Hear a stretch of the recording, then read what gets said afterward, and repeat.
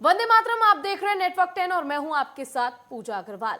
शुरुआत करेंगे बुलेटिन की बड़ी खबर के साथ। दिल्ली से बड़ी खबर, जहां पर कोरोना के नए वेरिएंट ओमिक्रॉन को लेकर बैठक आज होनी है। सुबह 10 बजे कोविड को लेकर यह अहम बैठक होगी।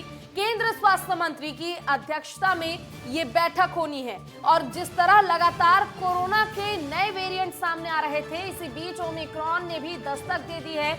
आपको बताते चलें कि ओमिक्रॉन से हालात एक बार फिर से दिल्ली में खराब होते नजर आ रहे हैं। हालांकि इसको लेकर यानी कि नए वेरिएंट ओमिक्रॉन को लेकर आज बैठक होनी है। सुबह 10 बजे कोविड को लेकर यह अहम बैठक होगी। केंद्र स्वास्थ्य मंत्री की अध्यक्षता में बैठक होगी। बैठक में अहम फैसले लिए जाएंगे कि आखिर किस तरह से इस नए वेरिएंट को फैलने से रोका जा सकता है। कोरोना की तरह ठीक ये भी आगे प्रसारित हो रहा है, ट्रांसफॉर्म हो रहा है दूसरे की तरफ। और ऐसे में आज ये बैठक इसलिए भी महत्वपूर्ण मानी जा रही है क्योंकि कहीं ना कहीं ओमिक्रॉन का जो सीधा असर है दिल्ली पर खासा पड़ता दिख रहा है।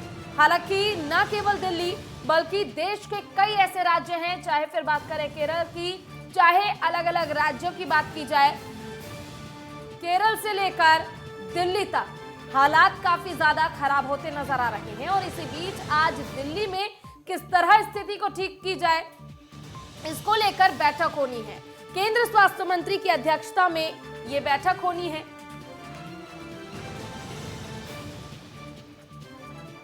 केंद्र स्वास्थ्य मंत्री इस बैठक में खुद मौजूद रहेंगे। आपको बताते चलें कि मनसुख मांडविया इस बैठक की अध्यक्षता करेंगे और हालातों का जायजा लेंगे पहले कि किस तरह इस वेरिएंट को फैलने से रोका जा सकता है।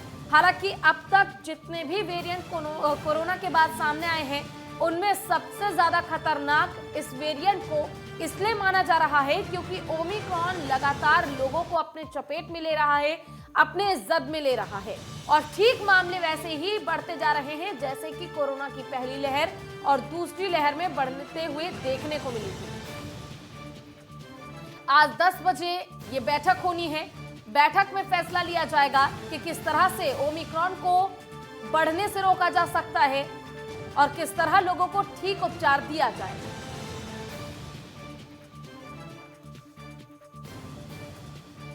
और ज्यादा जानकारी के लिए हमारे साथ हमारे संवाददाता विवेक दीक्षित लाइव जुड़ चुके हैं। विवेक, जिस तरह हम देख रहे हैं कि लगातार कोरोना का खतरा एक बार फिर से बढ़ता नजर आ रहा है, नया वेरिएंट जो है ओमिक्रॉन काफी ज्यादा खतरनाक साबित हो रहा है, क्या कुछ हालात है फिलहाल इसको लेकर? बिल्कुल, मैं आपको बता दूं, जिस तरीके से लगा था हम पिछले वर्ष की बात करें तो कोविड के समय में पूरा देश परेशान था क्योंकि संकट की घड़ी, तो उसके बाद कहीं ना कहीं धीमे धीमे सुचारू रूप से चीजों को खुलना चालू हो गया था, स्टार्ट होना चालू हो गया था। तो उसके बाद अब कहीं ना कहीं देखा जा रहा है कि ओमिक्रॉन जो नया वेरिएंट आया उसको लेकर पूरे देश की चिंताएं बढ़ी हुई हैं। तो कहीं ना कहीं देश में भी इस बात को लेकर काफी गंभीरता से देखा जा रहा है। हालांकि जो अभी तक पूरी तरीके से अगर हम बात करें तो जो अंतर्राष्ट्रीय जो फ्लाइटें थी उनको मतलब कुछ ही फ्लाइटों की उड़ान यहाँ से चल रही थी, दिल्ली से चल रही थी, मुंबई से चल रही थी। हालांकि 15 दिसंबर से उनको पूरी तरीके से ओपन करना था। हालांकि इसको देखते हुए, ओमिक्रॉन को देखते हुए, कहीं ना कहीं नए वेरिएंट को देखते हुए इसको रोक दिया गया है। हालांकि हम बात करें जिस तरीके से लगातार बीजेपी सरकार या सरकार की बात करें तो लगातार कहीं ना कहीं इसमें फोकस बनाए हुए है। आज उसको लेकर कहीं ना कहीं जो स्वास्थ्य मंत्री है उसको आज सुबह 10 बजे बैठक करेंगे और बैठक में सबसे बड़ी बात यह है कि एयरपोर्ट के भी आला अधिकारी इसमें शामिल रहेंगे और कई चीजें और कई रणनीतियां बन सकती हैं। जी, ऐसे में एक बड़ा सवाल ये भी उठता है विवेक, जिस तरह अब नया वेरिएंट अपने पैर पसार रहा है, लोग काफी ज्यादा इसके जद में आ रहे हैं और हालात हम खुद देख सकते हैं कि दिल्ली में हालात कितने ज्यादा खराब होते जा रहे हैं। तो ऐसे में क्या लगता है कि गाइडलाइन अगर सरकार की ओर से जारी की जाती है तो उस गाइडलाइन में किन किन चीजों का विशेष ध्यान रखा जाएगा? क्या ये भी ठीक वैसे ही कोरोना की तरह एक से दूसरे को संक्रमित कर रहा है?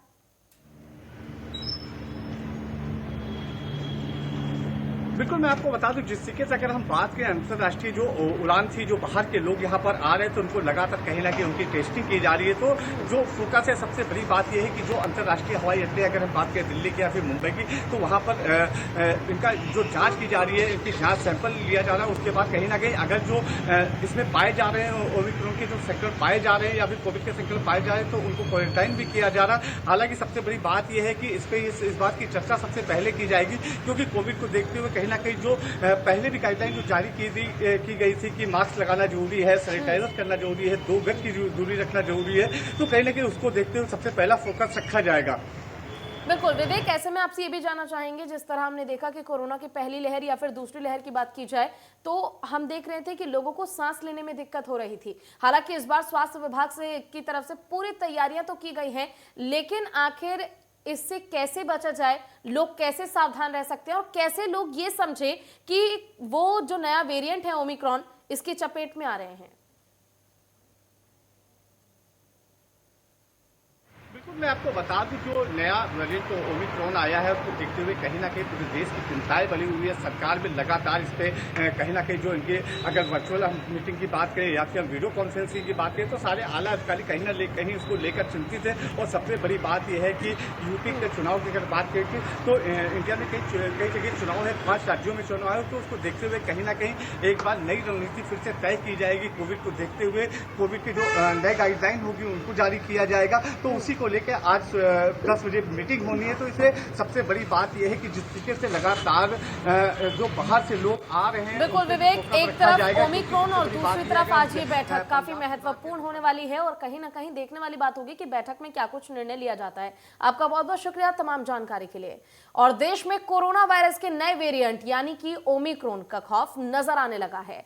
ओमिक्रॉन वेरिएंट के कारण 15 दिसंबर से बहाल होने वाली अंतर्राष्ट्रीय उड़ानों को टालने का फैसला किया गया है।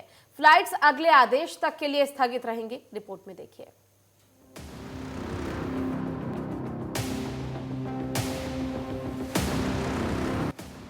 कोरोना वायरस से अभी दुनिया पूरी तरह से उभर भी नहीं पाई है, तब तक कोरोना के नए वेरिएंट ओमिक्रॉन ने एक बार फिर टेंशन बढ़ा दी है। हालांकि अब तक देश में नए वेरिएंट का एक भी मामला नहीं मिला है, लेकिन सावधानी ही बचाव है, जिसे ध्यान में रखते हुए केंद्र सरकार ने अब 15 दिसंबर से शुरू की जाने वाली इंटरनेशनल फ्लाइट्स को रद्द करने का फैसला ले लिया है।